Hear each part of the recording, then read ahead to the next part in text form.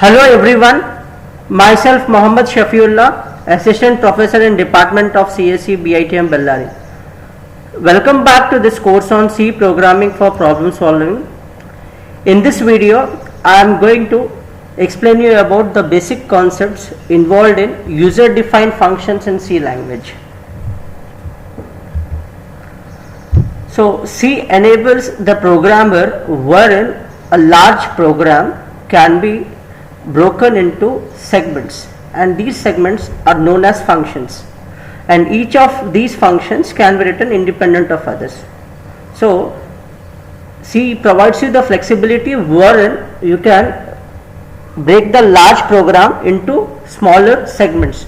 We call these segments as functions, and these functions can be written independent of others. That is, you can write them independently one with the other.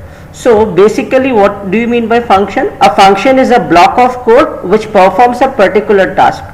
And remember, we said that every C program should have one and only one function by main function. A C program can have 100 functions, but it should have one and only one function by name main, since main is the entry point of execution.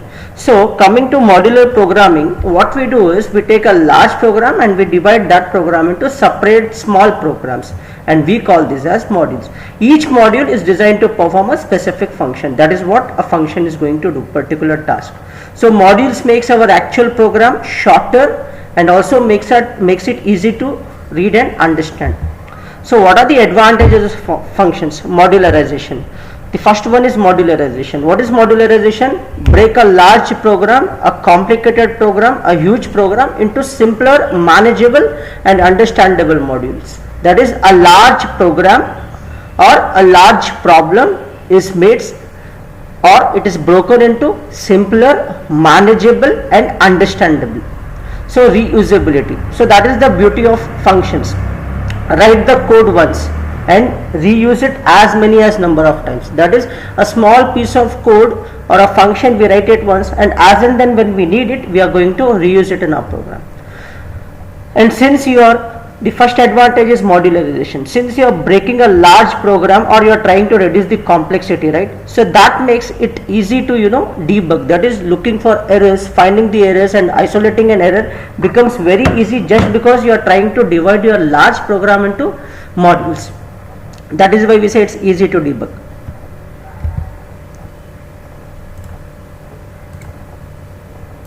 The fourth advantage is build library.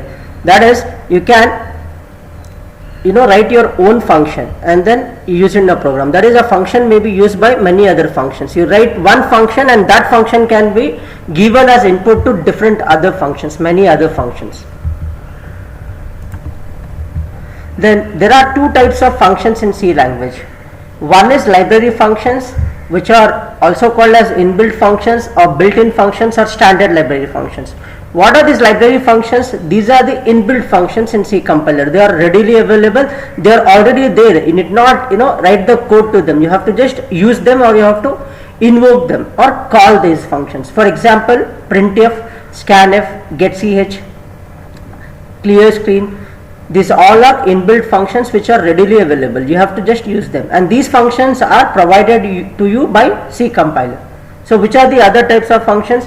User defined functions. So C allows a programmer or a user to write their own function according to their requirement, according to their requirement or according to their need or according to the way they want, they can write. Such functions we call it as a user defined function. So library functions and user defined functions.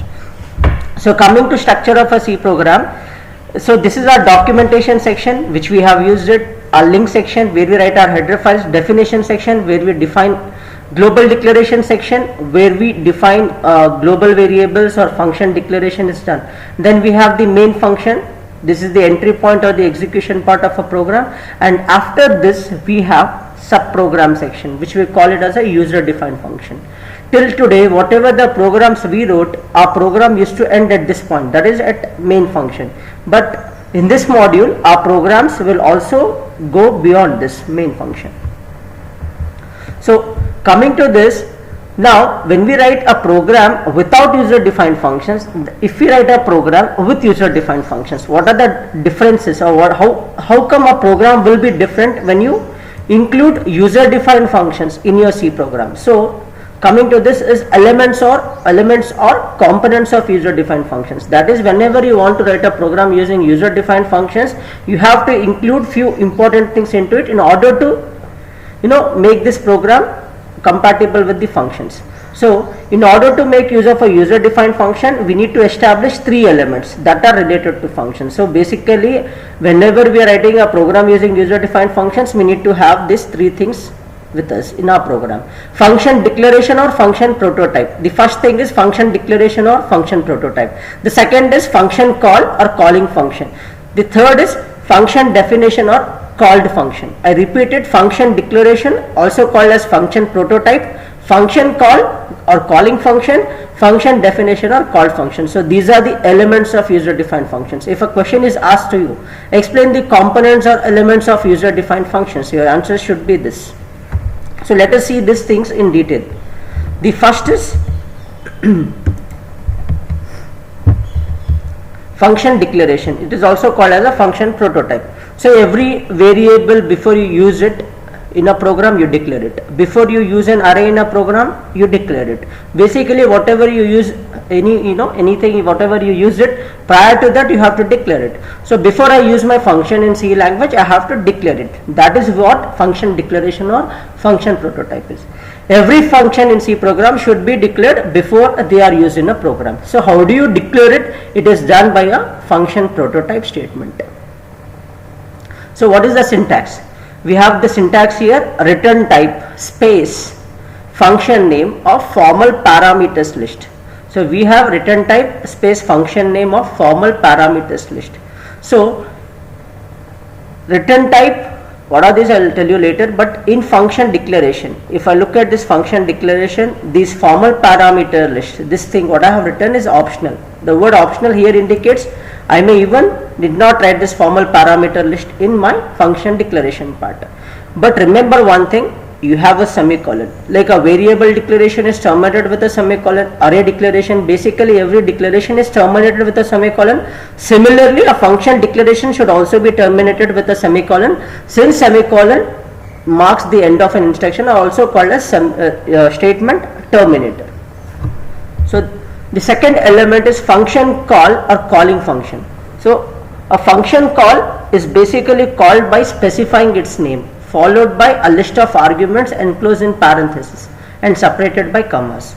For example, if I tell this is my function name, so how am I going to call? I am going to call through the function name, and in parentheses I am going to write my actual parameters list. I will explain you this in detail once I take a program. So function name of actual parameters list. Again, function call statement, the moment this function call statement is invoked, what happens? The compiler jumps to the call function to execute those statements that are part of a call function. So after the call function is executed, the program control passes back to the calling function. So these things will be clear once I take you a sample program. So the third part is function definition or call function. So a function definition contains the actual code which performs a specific task. So remember, this function definition can be declared outside the main function. It should be defined outside the main. A function should be defined outside the main function. It can be written before the main function or it can be written after the main function, but it should be defined outside the main function. Please make a note of this. A function should always be defined outside the main function. It can be defined either before or after the main function. So a function definition contains two parts. One is function header and the other is function body. So what is function header? It is similar to function declaration, but you should not add semicolon to this. You have function declaration here, right? So this is exactly the same thing as your function header, except without this semicolon. If you take out this semicolon, this becomes your function header. If you look at this, it becomes your function header. Can you find this? Return type function name of formal parameter list. You don't have a semicolon. When you don't add semicolon, it becomes your function header. So what is function body? Even main is a function, right? So main also contains function body. So how do you write main function? You write within a pair of braces, right? So what exactly function body contains? It contains local declarations, other statements, and the last should be return statement. The function body should always have local declarations, other statements, and return statement. So function body comprises of statements that performs a particular task. So this is our function body. So similar to main function or any other function should have two things. One is function header. We write int main is this. So then within the braces we write local declarations and other statements. That becomes the body. So what is this return type is? Then we have here return type, right? So what is this return type? It is a data type. So every function, a function is going to return, may return or may not return a value. So what is the data type it is going to return? This function is going to return a value, right? So what will be the data type of this value, return value? What will be the data type of this value is actually this. Suppose if this function, for example, is returning integer value, we say int here. If it is not going to return any value, if it is empty, so what is empty data type? We have void here. Okay, so what is this function name? It refers to the name of the function. Then we have formal parameter list. So these are separated by a list of variables that receive the values from main function. So what is this return statement is? It is basically which is going to return the result of a function. A return statement is going to terminate a function. Fine.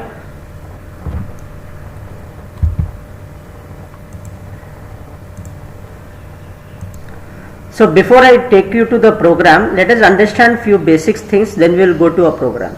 So I have a scenario here wherein function A calls function B and function B in turn calls function C. Now very important thing, why do they call one another? Why is function A calling function B? You have to understand this. So what do you mean by function? A function is a block of code which performs a particular task. So why is function A calling function B, or why function A wants to call function B? Because function A needs a favor from function B. Function A wants some task to be done from function B. Function A basically needs a help of function B. That is the reason function A is trying to call function B. Since function B alone could not do it, so function B is trying to call a function C, right? So now after the task is done, after suppose let us for some time think that only function A calls function B. So why function A calls functions B? Because function A wants a favor to be done from function B. So after the favor is done, it should return, right? It should return the result back to function A.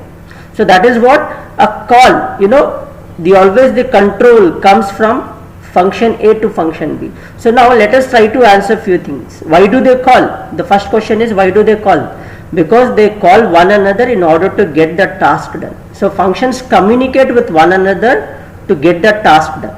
So the second question is what is calling function or function call? So here who is calling? A is calling to whom? To B. So A is called as a calling function. So who is being called? B. So we call B as a called function. So A is called as a calling function, B is called as a called function. So A is called as a calling function or a function call, B is called as a called function or function definition, called function. So one who is going to call will be the calling function, the one who is being called will be the called function. So always the control transfers from calling function to the called function. Look at the arrow. So after this, after the control is transferred from calling function to called function, and what called function has to do? Has to do a favor, right, on behalf, has to do a favor for calling function. So it does that favor and tries to return back. So that is nothing but the control again. It returns the result back to calling function. So now when they communicate, they exchange some data. When they communicate, they exchange some data. That data we are going to call it as a parameters or arguments. What do we call them? We call it as a parameters or arguments. So what is the input to a function is? The input to a function is parameters or arguments. So you have to remember these terms. So we have calling function or function call, we have called function or function definition, then we have parameters or arguments. What are these parameters or arguments? It is nothing but input to a function. So that is what our second question is. What is input to a function? It is a parameters or arguments. Now function A is trying to call function B is in turn trying to call function C, right? So now what is function A is referred as? Function A is calling, right? So it becomes calling function. It's a calling function. What is function B is? Function B is called function with respect to function A. Function B is called function with respect to function A, whereas function B is calling function with respect to function C. Try to understand this. So here function C is only the called function, function A is only the calling function, whereas function B is both calling function as well as called function. Function A is calling function B, hence calling function. Function B is being called, so it becomes from a called function with respect to A. Since function B is again calling function C, it also becomes calling function with respect to function C. And function C is only being called from function B, it becomes called function. So always the control transfers from calling function to called function. So now after the called function has completed the task, entire task, it should return the control back to the calling function. While returning the control back, it may or it may not return a value. Let us see this. Okay. So now you are clear why do they call? They call one another in order to get that task done. What is the input to a function? It is a parameters or arguments. A function is going to take it. Then what is function call? One who is going to invoke, one is going to start is nothing but a calling function, and one who is being called is a called function. Clear with this? So now let me take a small program and then try to explain this. So I have got a program to add two numbers using user defined functions. So I have taken two header files, stdio.h and conio.h. So now I said there are three elements of user defined functions. So which is the first element? Function declaration or function prototype. So here is my function declaration or function prototype. So which is my second element? Function call or calling function. So I have my function call or calling function here. And the third is function definition or called function. So this is my function definition. Function definition or called function in turn contains two parts. One is function header and the remaining is function body enclosed within a pair of braces. So now let us try to understand this program. So I have function declaration. What is the syntax for function declaration? Return type integer here, space function name which is add, then this is my formal parameter list, int num1 comma int num2. Look at this, how to declare formal parameters. Always the formal parameters will have a data type prefix with it. This is a new thing to you. Right, whenever we declare variable, we write only once the data type. But if you even have 100 variables of same type integer, you have to compulsory prefix int space num1 comma int space num2 comma int space num3 comma int space num4 comma. It goes till int num100. Even though if you have 1000 variables of same data type, you have to compulsorily specify the data type for each formal parameter. So num1 and num2 are formal parameters. That is why we call it as a formal parameter list. Then after function declaration, we have main function. If you try to recall the structure of a C program, we have documentation section, we have link section, we have definition section, then we have global declaration section. So we have our function declaration in global declaration section. Then we have main function. In main function, we have our function call. And I told you that always the function definition appears outside the main function. It may come before main function or it may come after main function. But in our case, in this example, it comes after main function. So now we have two variables, n1 and n2. What is our program? It is to add two numbers using user defined functions.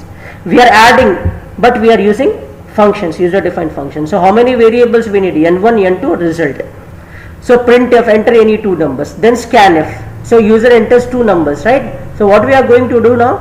We are going to call a function. This is our function call. So this is our invoking a function. So result equals to add of n1 comma n2. So now we are going to call a function. So where the control should go from calling function to the called function. The control goes from calling function to the called function. So now where it should go? It should go from this function call. It should go to called function. This is our called function.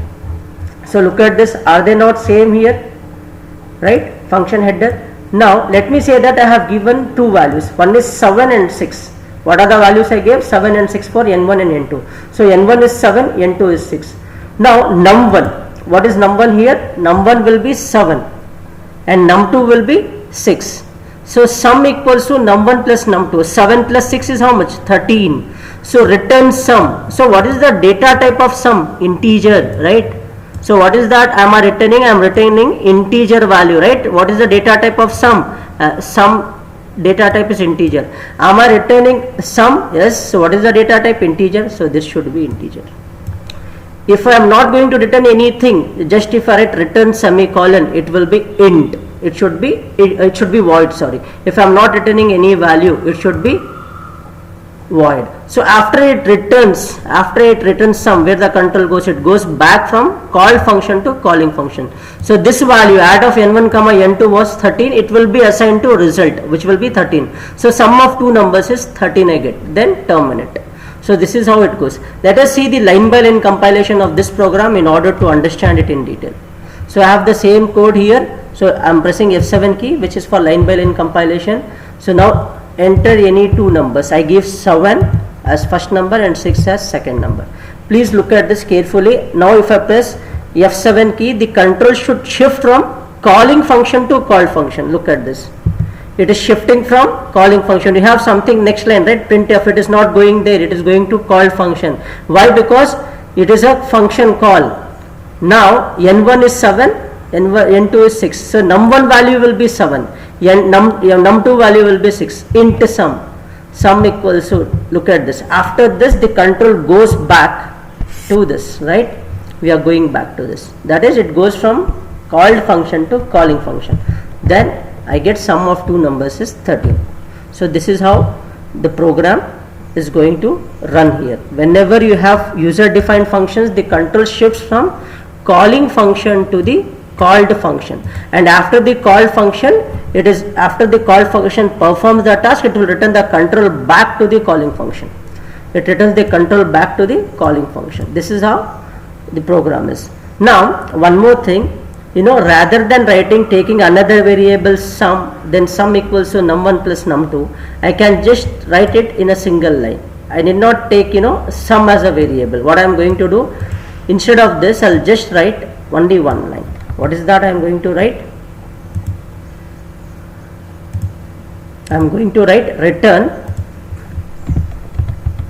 num1 plus num2, which is absolutely legal. I am directly adding it and then going to do it. See, let me check out this, compile, and then let me run this. I get 14. So directly I am trying to eliminate sum as the variable, third variable, directly doing it. So what are going to understand, a return expression, it can be an expression, basically it should be expression, and the data type of this expression, should match the data type of this, should match the return type of this. You cannot have a floating point to be returning here. It should belong to, it should be integer only. If this is integer, even this should be of type integer. So this is how it is going to do it. So now coming to the last part of it. So what is the actual parameters and formal parameters? So the difference between actual parameters and formal parameters is that actual parameters are the values that are passed to the function when it is invoked. That is, when you are trying to pass, whenever there is a function call, you are going to pass that parameters. So those are the parameters. So what are formal parameters? These are the parameters are actually the variables defined by the function. See, actual parameters are the values which will be passed, and formal parameters are the variables which are going to receive it. So actual parameters are also called as real parameters, whereas formal parameters are also called as dummy parameters.